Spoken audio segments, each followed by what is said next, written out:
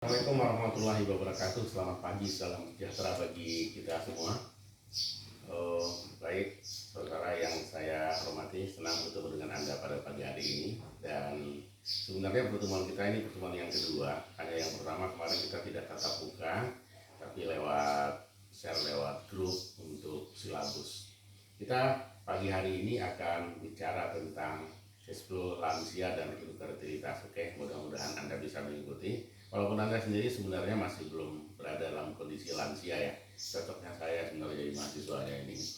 Nah, cashflow lansia dan infertilitas. Di sini ada nama saya, Hairul Fuad, 0821 483 63900 dengan email fuadhairul@gmail.com. Dan ada dua kata di sini, cashflow lansia. Ada beberapa kata, cashflow, kesehatan reproduksi. Saya kira saya tidak akan jelaskan lagi apa itu pengertian kesehatan reproduksi. Kemudian ada lansia, berarti lanjut usia. Kita bicara usia di atas 60 tahun sesuai dengan definisi dari WHO. Kemudian infertilitas, jadi ada hubungan lansia dihubungkan dengan infertilitas atau kesuburan pada masa lansia. Nanti kita akan bicara full tentang lansia ini, dan sebagai pertemuan pertama kita akan coba dulu mendefinisikan sebenarnya apa sih konsep menua ini atau aging. Jadi ada aging di sini. Ya, apa sih menua sebenarnya?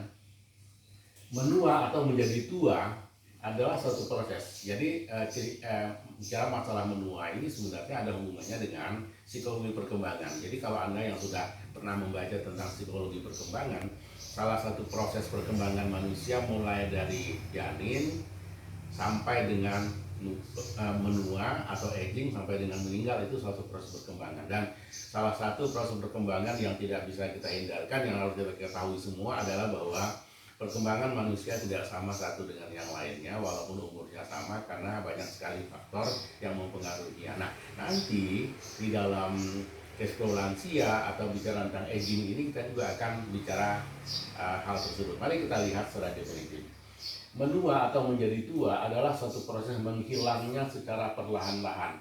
Jadi kita tidak bisa hindari akan hilang secara perlahan-lahan kemampuan jaringan untuk memperbaiki diri, mengganti diri dan mempertahankan struktur dan fungsi normalnya sehingga tidak dapat bertahan terhadap jejas atau terhadap paparan, termasuk infeksi, dan memperbaiki kerusakan yang dideritanya.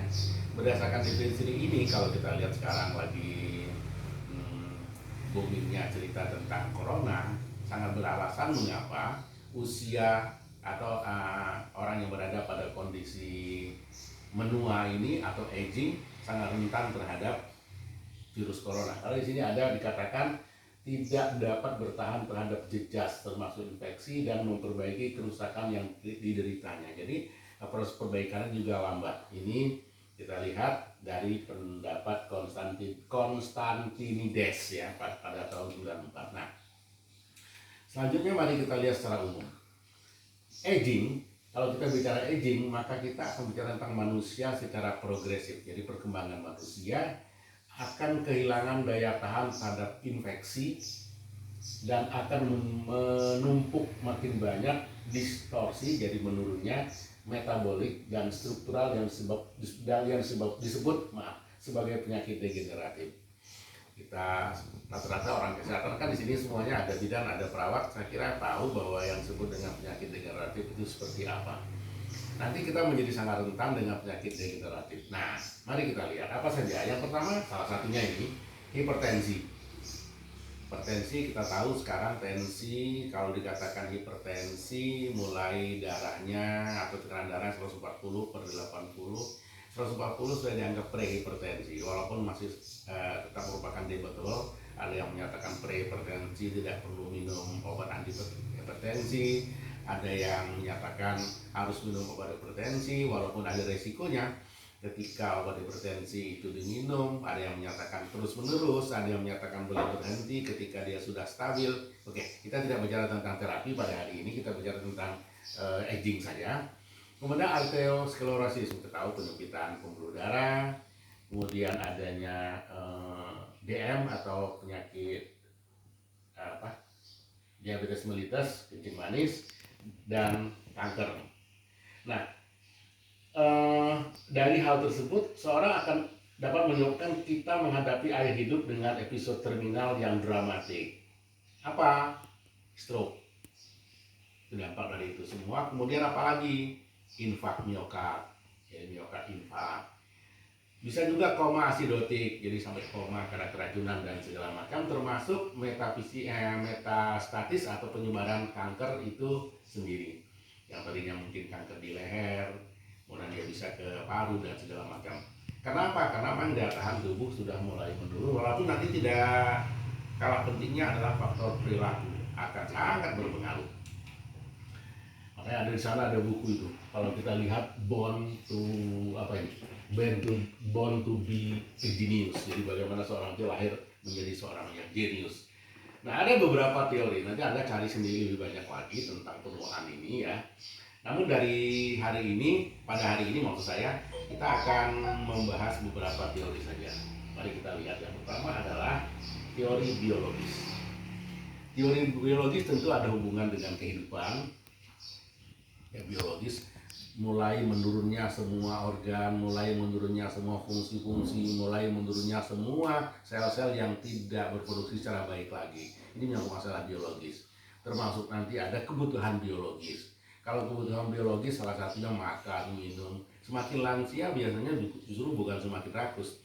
Ketika dia lansia, semakin rakus, semakin tidak terkontrol, resiko yang akan terjadi pasti nanti jadi ada obesitas, kelebihan gula dalam darah dan sebagainya. Tetapi secara psikologi perkembangan atau secara perkembangan manusia, secara progresif sebenarnya secara biologis ini dia makin berkurang. Jadi gairah, nafsu, keinginan sudah mulai standar. Di samping memang faktor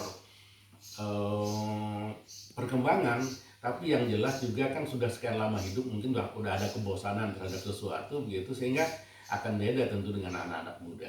Ini biologis. Nah, salah satu biologis nanti akan kita ceritakan adalah kebutuhan biologis, kebutuhan tentang seksual tentunya. Kalau di masa umur-umurnya masih di bawah lansia, remaja, atau dewasa muda, dewasa tua, itu mungkin frekuensinya bisa lebih rapat, lebih sering. Ketika sudah lansia tentunya akan berbeda gitu. Walaupun tetap mungkin dorongan ataupun desire dari seksual itu tetap ada, tetapi mungkin kemampuannya yang berkurang karena secara fisiologis kita kan tahu tadi ototnya sudah mulai lemas, capek dan sebagainya. Ditambah mungkin penyakit degeneratif yang bisa menyebabkan berkurangnya hal tersebut, contohnya DM, jantung dan segala macam. Oke, itu secara singkat. Kemudian secara psikologis. Nah, biasanya yang paling banyak berpengaruh adalah secara psikologis. Nanti pada materi dimensi emosional dan psikologis lansia kita akan bicara banyak. Dari teori psikologis ini, saya berikan contoh saja, semakin menuanya seseorang, semakin dia merasa, yang pertama bisa saja dia merasa terisolir, dia merasa tidak berguna, stres yang berkepanjangan, ditambah nanti dengan masa pensiun, penghasilan berkurang, interaksi berkurang, pengakuan sosial berkurang, ini akan menyebabkan adanya dampak-dampak psikologis. Makanya teori psikologis nanti di samping dia bicara tentang teorinya, dia juga akan bicara tentang seperti apa mengatasi masalah-masalah yang ada hubungan dengan psikologis. Saudara-saudara, mungkin Anda nanti ketika mengikuti materi ini, apalagi tentang psikologis ini, karena dia syarat dengan dunia perkembangan atau lebih pada psikologi perkembangan, tidak bisa mengikuti hanya dengan pikiran saja, logika saja, tetapi lebih kepada perasaan. Bayangkan Anda ketika masuk dalam situasi itu, atau kalau Anda tidak bisa masuk, bayangkan ketika orang tua Anda, kakek Anda, atau orang dewasa tua mengalami hal tersebut dan Anda masuk di dalamnya secara empati. Dengan demikian Anda akan bisa merasakan. Dengan demikian juga Anda tidak perlu menghafal sampai terlalu sulit tentang teori ini ketika Anda bisa masuk di dalam dunia itu gitu. Bila perlu Anda bertanya, Anda wawancara dengan para lansia. Apa rasanya Anda pergi ke, ya kalau Anda mau mungkin ke panti asuhan, panti sosial maksud saya, orang tua, Anda bisa bertanya apa perasaannya. Baik. Nah, kondisi-kondisi psikologis inilah yang sangat banyak mempengaruhi mereka kadang-kadang sehingga muncul stres, muncul depresi. Ketika kita bicara stres saja, ini mungkin sampai 6 SKS kali bicara stres saja, kita sudah bicara tentang dampak stres, gejala stres, dan panjang lebar stres itu akan mempengaruhi penyakit paling besar. Untuk Anda ketahui saja sebenarnya, semakin tinggi stres seseorang, semakin mungkin dia akan mengalami penyakit-penyakit yang ada hubungannya dengan tekanan darah, yang ada hubungannya dengan migren, yang ada hubungannya dengan hal yang lain, yang ada hubungannya dengan kejiwaan ini. Nah, Anda rasakan saja, ketika kita muda saja, ketika Anda misalkan kalau ujian nggak lulus, Anda pusing karena stres, macam-macam gejala yang muncul. Bisa palpitasi, bisa Anda menjadi grogi, bisa Anda menjadi tidak fokus, bisa Anda tidak bisa konsentrasi. Nah, demikian juga sama. Tetapi kalau dalam teori psikologis yang ada di sini bukan dikarenakan banyak hal, bukan dikarenakan eksternal saja, kebanyakan faktor internal, perasaan mereka sendiri yang berpengaruh. Selanjutnya teori sosial. Di psikologis tadi sudah secara ringkas, kemudian teori sosial. Ada perasaan bahwa mereka tidak berguna. Yang tadinya mungkin mereka kerja di kantor atau di mana saja, mereka bisa berinteraksi dengan orang lain. Karena kalau kita bicara tentang teori interaksi, atau mungkin Anda akrab dengan teori Maslow, bahwa manusia itu perlu pengakuan, perlu interaksi dengan orang lain. Nah, begitu berinteraksi ada pengakuan. Tapi ketika lansia, mereka lebih banyak di rumah, mereka mungkin tidak lagi ngumpul-ngumpul di kantor, tidak lagi banyak teman. Makanya sekarang kalau dulu itu orang suka sekali ngumpul ketika gajian atau mengambil pensiun. Mereka suka ngobrol. Jadi kantor pos atau bank itu penuh dengan orang hanya ngerumpi tentang masa lalu. Nanti kita lihat mengapa mereka suka bicara tentang masa lalu. Ada alasannya. Itu teori sosial. Jadi sekali lagi pengakuan. Makanya nanti Anda selaku anak mungkin akan bisa merasakan bagaimana orang tua Anda kok tiba-tiba jarang ngomong. Bagaimana orang tua tuh ingin dijenguk misalnya atau ingin disalami. Itu teori sosialnya. Nah, yang keempatnya ini teori spiritual. Teori spiritual. Spiritual secara umum orang mengartikannya sebagai ada hubungan dengan religi atau agama. Tetapi saya lebih menghubungkannya dengan hati nurani. Kenapa hati nurani? Karena keyakinan ada di hati nurani. Walaupun nanti kita juga bicara tentang spiritual secara agama. Ya. Hati nurani, mereka menjadi gundah, mereka menjadi mulai kepercayaan dirinya mulai turun. Nah, kalau dihubungkan dengan spiritual agama secara hati nurani, sebenarnya keyakinannya akan semakin dalam, semakin semakin intens melakukan acara-acara keagamaan, sholat misalkan, ke gereja misalnya, ya ibadah secara spiritual. Secara spiritual ini pun sebenarnya bisa juga menjadi positif, bisa menjadi negatif, atau semuanya dari 1, 2, 3, 4 ini bisa menjadi positif, bisa menjadi negatif, tergantung tingkat kecerdasan lansia itu sendiri. Sekali lagi, tingkat kecerdasan, intelektualnya, rasionalnya. Tetapi dalam satu kondisi, jangankan orang tua, orang muda saja kadang-kadang secara intelektual, secara rasional tidak bisa berpikir secara jernih. Ini permasalahannya. Nah, spiritual juga seperti itu. Harapannya adalah ketika orang menua atau lansia, spiritualnya akan semakin baik, dia semakin mendekatkan diri kepada Tuhan, keyakinannya semakin oke, hati nurani semakin mantap. Tetapi ada penyakit-penyakit tertentu karena psikologis misalnya, karena ini menjadi rendah. Contohnya gini, ketika seseorang lansia, salah satu pasangan yang meninggal, untuk Anda ketahui saja, pasangan meninggal itu menduduki tingkat stres tertinggi dari tingkatan stres, 100%. Jadi pasangan atau orang disayangi 100%. Nah, ketika itu terjadi, di spiritual itu terjadi begini, bahwa keyakinan dengan Tuhan mulai menurun. Karena apa? Seolah menyalahkan Tuhan bahwa kenapa pasangannya kok diambil. Bukankah ini memerlukan kecerdasan yang sangat optimal, yang sangat-sangat prima untuk memikirkan bahwa itu adalah takdir Tuhan. Itu adalah garisan dari Tuhan. Tetapi kadang-kadang ini mengganggu. Harapannya ketika dia memang cerdas secara intelektual, cerdas secara emosional, cerdas secara spiritual, semuanya tidak akan menjadi gangguan. Tidak akan menjadi gangguan. Walaupun sekali lagi, secara perkembangan manusia dan sifatnya manusiawi kadang-kadang dan bahkan mungkin ada yang terganggu. Disinilah nanti kalau kita hubungkan dengan pendekatan-pendekatan konseling atau bimbingan konseling orang tua, pendekatan psikologisnya sangat penting. Cara bicaranya berbeda, pendekatannya berbeda, memberitahunya berbeda, semua berbeda karena ada hubungan dengan sensitivitas. Semakin semakin orang bertambah lansia, semakin sensitif. Ini sudah kita ketahui. Walaupun tidak semua, tergantung bagaimana orang itu mencerna atau menyikapi hal itu, tapi secara umum sensitif. Apalagi yang dengan pengetahuannya yang rendah terhadap perkembangan ini. Nah, Anda selaku tenaga kesehatan reproduksi, nanti kan ada posyandu lansia, ada konseling lansia kan di puskesmas atau di postu atau di mana itu. Pendekatan-pendekatan psikologi seperti ini harus Anda lakukan ketika Anda mengkonseling. Karena mereka gampang tersinggung. Tambah lagi kadang-kadang orang yang status sosialnya tadinya tinggi, dia masih diremehkan.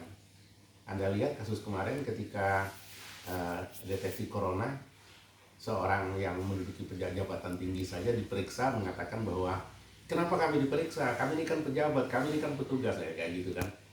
Yang masih berpikir normal, apalagi orang tua yang sudah tua renta seperti ini. Baik, saya kira itu. Nanti kalau ada pertanyaan, Anda boleh chatting ke saya ya.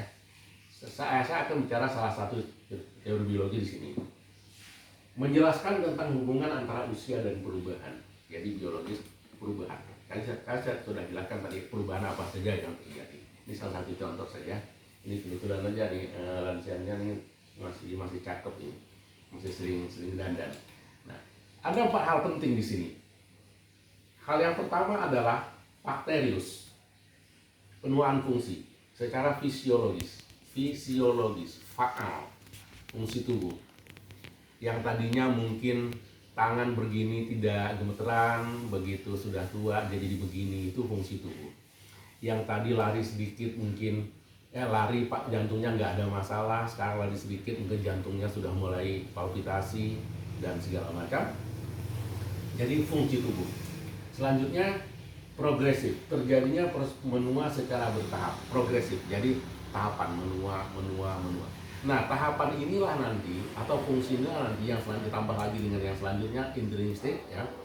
Yang proses penuaan karena faktor dari dalam, tidak semata-mata dari luar. Jadi saya katakan tadi secara psikologis kebanyakan dari dalam bukan dari luar ya. Beda dengan sosial dan universal, semua makhluk hidup mengalami proses penuaan. Ini nanti yang akan terjadi ketika pertama penuaan fungsi, bagaimana fungsi mulai menurun tadinya. Nanti kalau kita hubungkan dengan fertilitas akan bagus ini. Waktu saya belajar tentang seksologi, dosen saya bilang begini, kalau untuk laki-laki, ini untuk remaja, ini untuk dewasa, ini dewasa pertengahan, ini dewasa tua, ini lansia. Apa maksudnya ini? Inilah bentuk ereksi dari penis. Jadi gini. Nah, coba lihat aja nanti di rumah ya. Apakah memang begini? Kalau sini nggak ada laki-laki, atau cewek semua di sini. Nah, begini fungsinya. Nah, saya ulangi lagi. Penuaan fungsi yang progresif terjadinya secara bertahap. Bertahap ini yang berbeda antara satu dengan yang lain. Yang lain itu berbeda semuanya nanti. Tergantung tingkat kesehatannya, tergantung tingkat kematangannya, tergantung tingkat-tingkat yang lain. Ketika dia mungkin dari masa mudanya rajin olahraga, mungkin secara fungsional atau fungsi ini dia akan lamban gitu ya.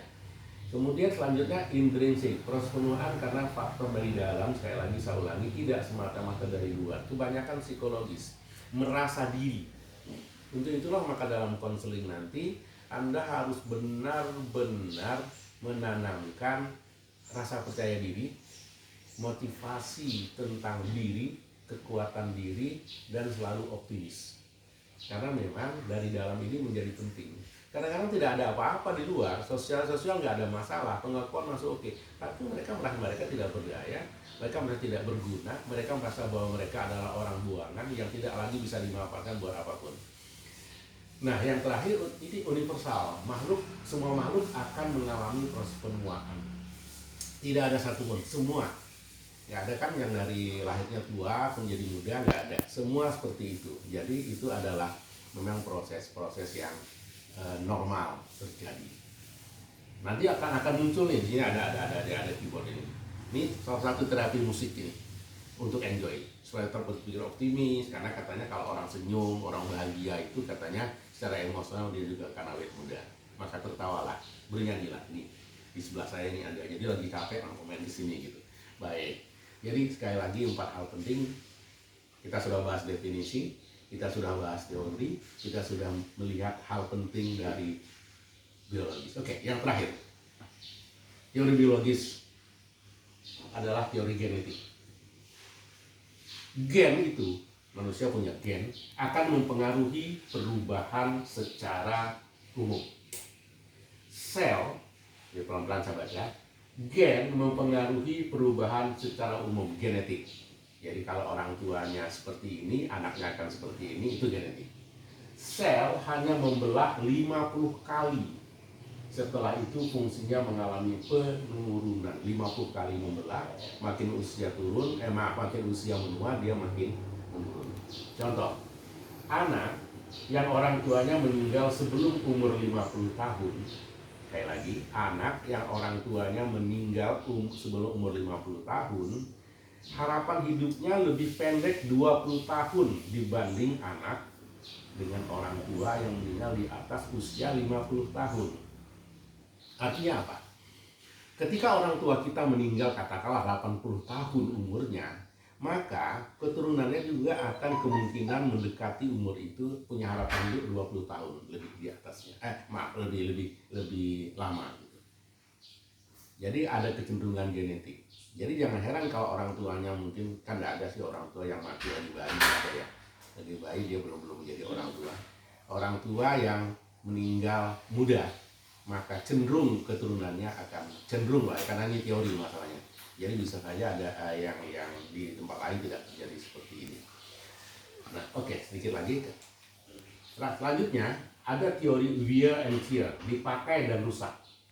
Setiap individu mengalami proses penuaan dan kematian, karena jaringan-jaringan tubuh tidak selamanya memperbaiki diri.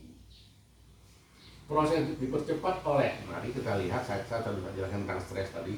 Proses dipercepat karena adanya stres. Ini stres, merokok, diet yang buruk. Jadi masalah stres, masalah psikologis, merokok masalah perilaku, diet masalah perilaku. Dengan demikian, kalau kita bicara tentang teori ini, teori Wear and Tear ini, bahwa ternyata diri sendiri saja bisa memperberat kondisi kita atau kondisi dari kesehatan kita. Sekali lagi, stres, merokok, diet yang buruk. Walaupun orang nggak percaya, tapi coba Anda bandingkan seorang yang merokok berat dengan yang tidak merokok, secara fisik pasti akan berbeda, mungkin kulitnya, tekstur segala macam ya akan berbeda. Nah, selanjutnya postulat dari Weismann menyatakan bahwa kematian terjadi karena jaringan rusak yang tidak memperbaharui dirinya. Jadi jaringan rusak semua, akibatnya mati. Walaupun kalau kita hubungkan dengan agama sih, antara penyakit ketuaan dengan kematian itu berbeda. Kalau kematian itu yang pasti, katanya kayak itu tuh pandangan dari agama. Tapi dari segi kesehatan atau psikologi perkembangan dikatakan bahwa sekali lagi jaringan rusak, maka kita akan mati. Teori ini didukung oleh tanda mikroskopik. Pada wear and tear, sel jaringan sketal, jadi jaringan pada tulang, skelet ya, rangka tubuh, dia akan mengalami striated, jadi kerapuhan.